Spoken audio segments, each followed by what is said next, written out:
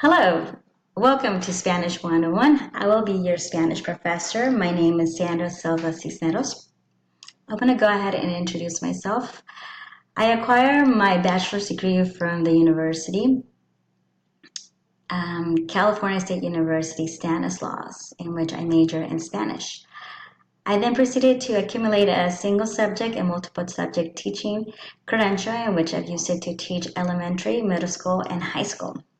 I also acquired my master's from the University of California, Santa Barbara, with emphasis in language and culture, but I also have a minor in literature.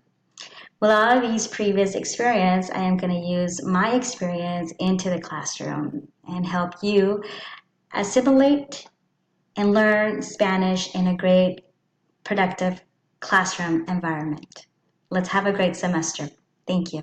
Talk to you soon.